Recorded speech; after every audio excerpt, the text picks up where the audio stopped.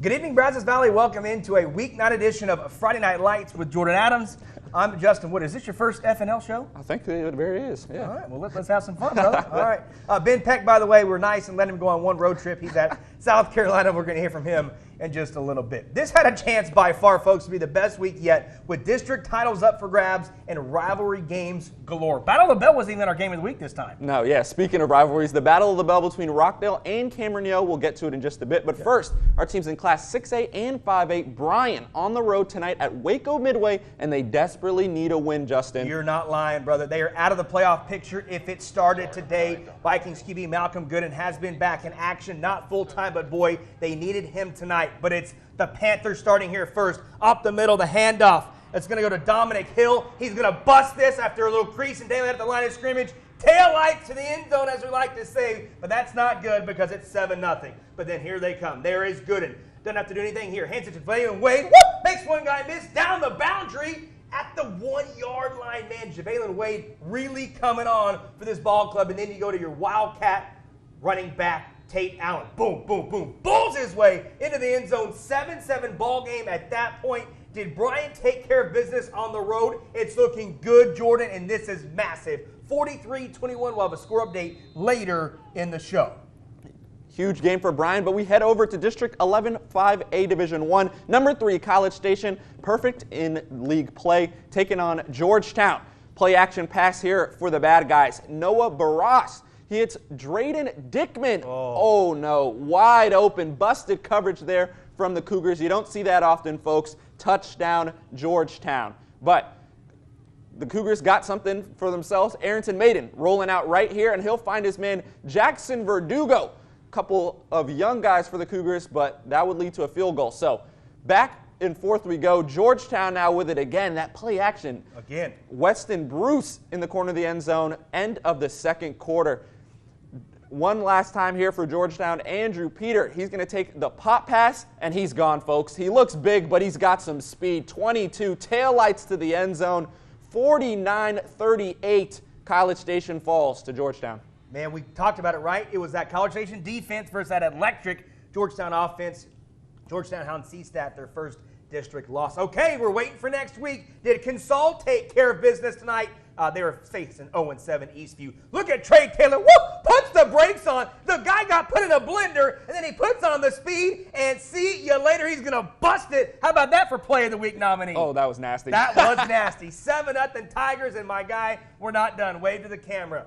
Ty Blair, don't worry about that quarterback. He's picked off by Michael Clark from Consol. So, this is going to get ugly quick. In enemy territory, and that's not good when you got Will Hargett. Looks right, calm, cool, collected, steps into the pocket. Wesley Watson over the middle. Speed kills, and you're not going to catch him. Picking him up, putting him down. That's why he's going to Colorado. 14-0. He actually had a touchdown call back. In fact, 2 of them. So he could have had way more. That's a Power 5 player. That's a Power 5 player. Blair, you saw him throw 1 pick. How about a second INT? Mo Foketti, can he return it to the house? Spinning and winning. He's got his team in great position once again. Ensuing possession. Second quarter, Keyshawn Thomas takes the direct snap. He would score in flag football like I hope Jacob does in the morning. It's all Consol. 52-7. Woo! What a game for next week. What a game indeed. All right, we got another one here. All Brazos Valley Showdown alert. District 10 5A Division 2. Brenham 3-0 in league play at 0-3 Rudder. So Rangers need to get off the mat. They're going to like this. Second quarter. Xavier Ramirez. They're down 21-7, but no longer. He's got Jaquise Martin on the out route, and he's going to be a Power 5 kid, Jordan. 21-14. The Rangers trying to mount a comeback. This is going to hurt, though. Ramirez looks left, stares down his receiver. Is that a good idea? And he overthrows it. It's picked off by Savion Raxton, and he is going to go the other way.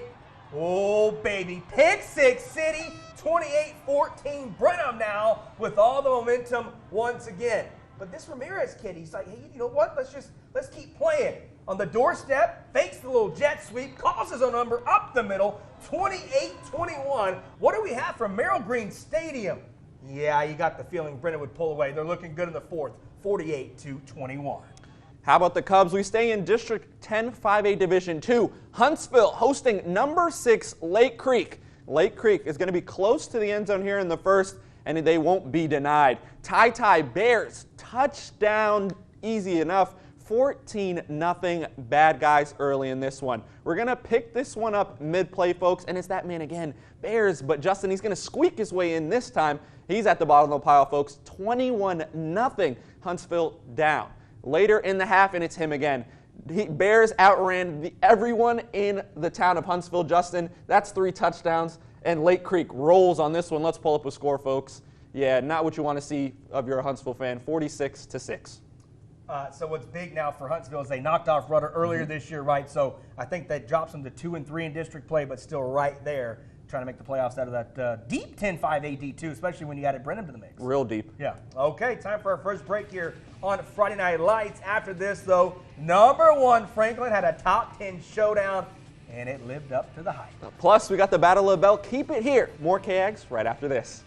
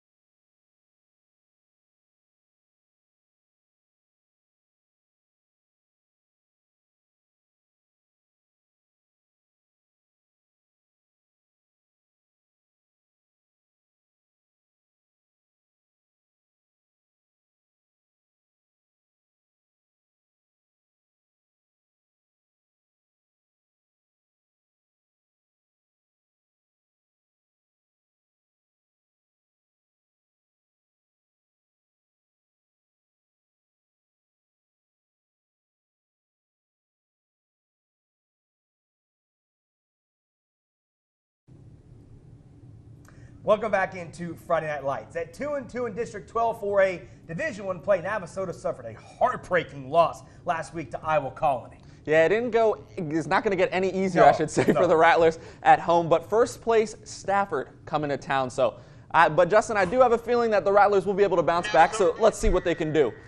We start things off in the first, of course. The bad guys are going to start things off, though. Not what you want to see. It's Jamal Wiley. He's going to take this one out left, Justin, cut it up inside, and bye-bye. Look at number 8 fly down the sidelines. Nobody could catch him. 7-0 just like that for Stafford. That's a big dude. Yeah, real dude. With some speed. Later in the first, a little bubble screen action. Quarterback Braden Bastille to Harold Kidd. Uh-oh, not so good, Justin, because that's 14-0.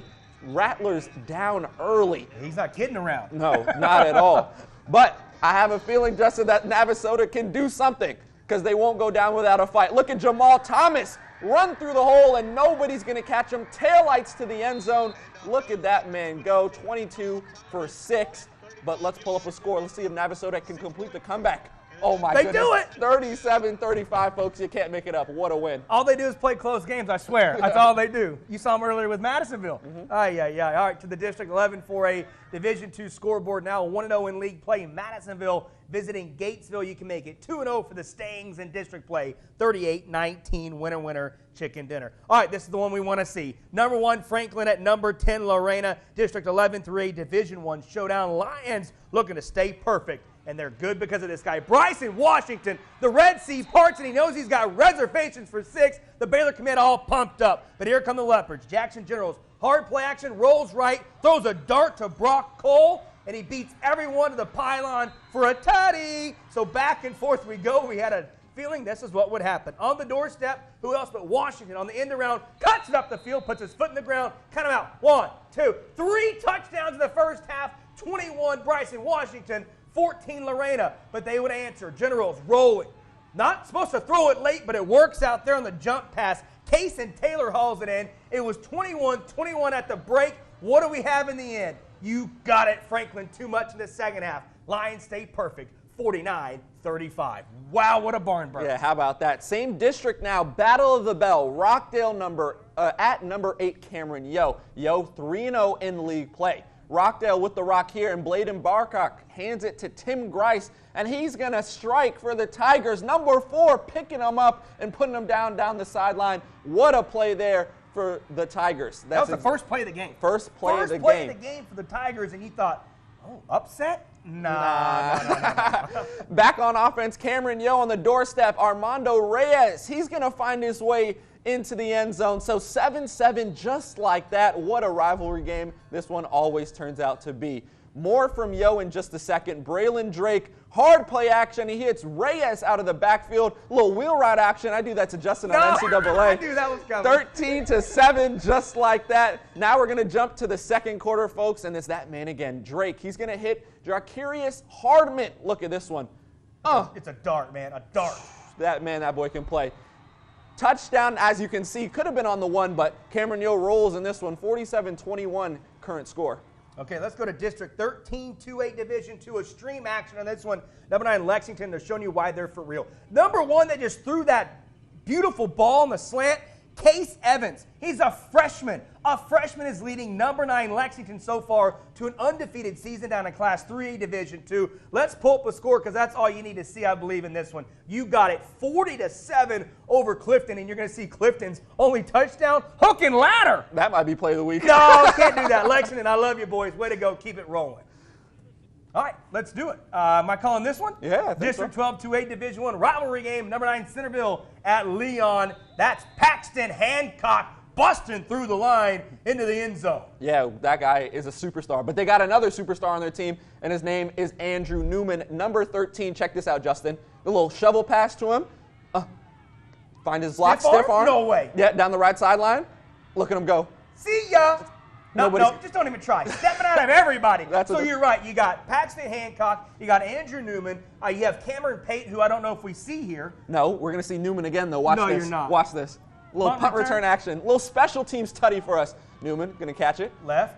Yeah, goes left. Got a couple blockers. He's one block down the boundary. Now he's walking. He's not even running. One block, and that's it. Taillights. Nasty. They're so good. Unbelievable. They have been tested this year. They do have a couple losses. But 55-7, no trouble tonight for the Fighting Hardys. Yeah, the Fighting Hardys. That's a good one. Yeah, all right.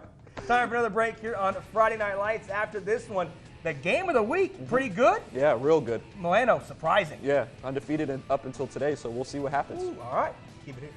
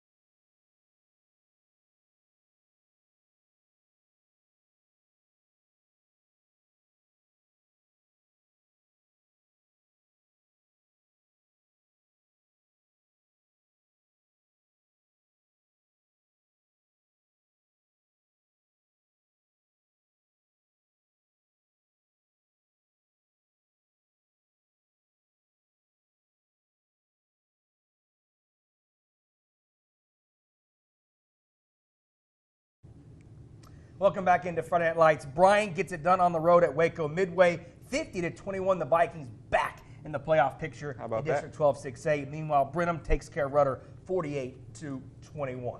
Now to the game of the week. Number 10, Milano, who would have thought it, at Remond. You would think Remond's the ranked team. Well, they were a couple weeks ago, Justin, but Milano says they're not here to play some football. The Eagles are surprising 6-0 on the season, so let's see what they can do in this one. We're going to start with Remond, the home team, Tigers. And it's going to be their quarterback, Braylon Wortham. Look at this, Justin. He juked 3 people, make it 4. How about 5? Oh! And now you just got to push him out of bounds, Justin. The whole town of Milano had to tackle this guy. So, Justin, you saw what you just did. Yep. What do you think they'll do again? Run the same play. Yeah, up the middle this time. Wortham, he's going to bounce it outside to the left and just turn on the after boosters right into your living room, folks. 7-0 thanks to number 7 for the Tigers. Milano, though, is undefeated for a reason, folks. They play smash mouth football. 3rd and goal, boom, boom, boom. And it's Anthony Gordon, the big fullback. A little contact after the play, but it's all fair. 7-7 after that.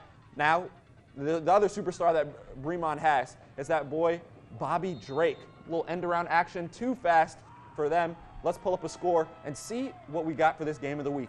Wow, 36-21. Milano falls for the first time this season. All right, let's go to District 14, 2A, D2. Number 2, Burton taking on Runge and Snook. Panthers rolling this year tonight, no different. First quarter we go. Quarterback Colby Beck going to hand it off to Delvin Gant over the left-hand side. Puts his foot in the ground. Reservations for 6 up the middle. Easy does it. Panthers strike first. All right, you saw Mr. Delvin Grant run it. He can catch it too. What a ball, though, by Beck. Gets popped, but hits him on the corner route. Oh, and he barrels over the defender. Wow, he's got hands. He's got wheels. The guy's a superstar, but he gets some help here. Beck. Play action, slipstream to Carson Louder. That's easy money. I mean, they can do anything they want to against this team. Number 2, Burton is rolling. Slot T formation now. You got to see this tutty. DeMarcus Wilson shoves the defender down, keeps his feet. He's into the end zone for the TD. Let's see his score. It was all Burton. Yes, sir, 39-8.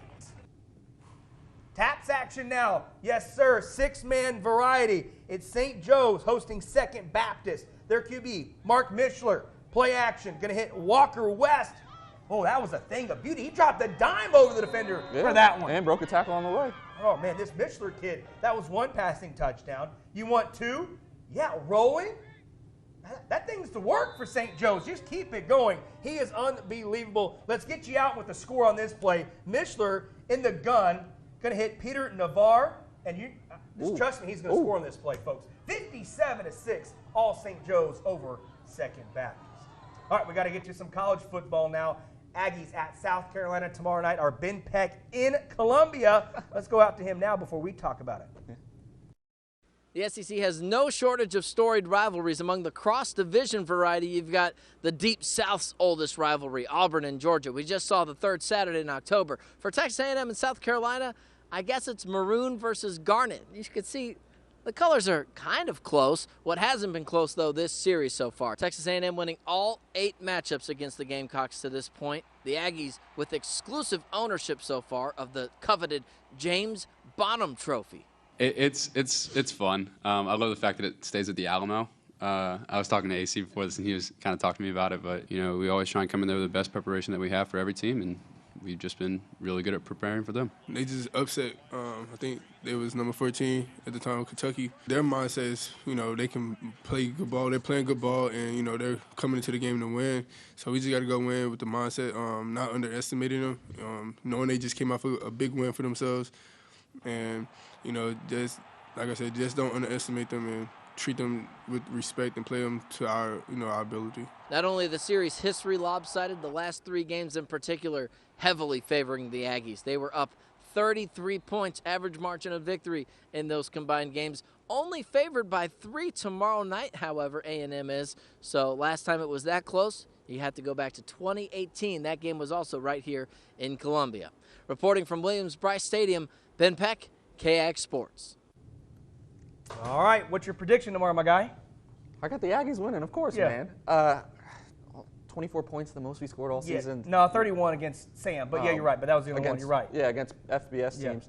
So it's not great, but I don't know. I think Spencer will throw us a couple touchdowns, a couple INTs, Couple INTs. So I'll go with the Aggies. I guess their defense will probably carry them again, but I don't see us scoring more than 24 again. I agree. I'd make it 24-17, 24-21, some of that variety. Yeah. Very close to the end out in Columbia. Not to the end tonight. Battle of the Bell, all Cameron Yo, 47-21, your final, but big game next week. College Station, Consol, you'll be there. It's our game of the week. College Station looking to rebound after that tough loss. We're back tomorrow night for ASL.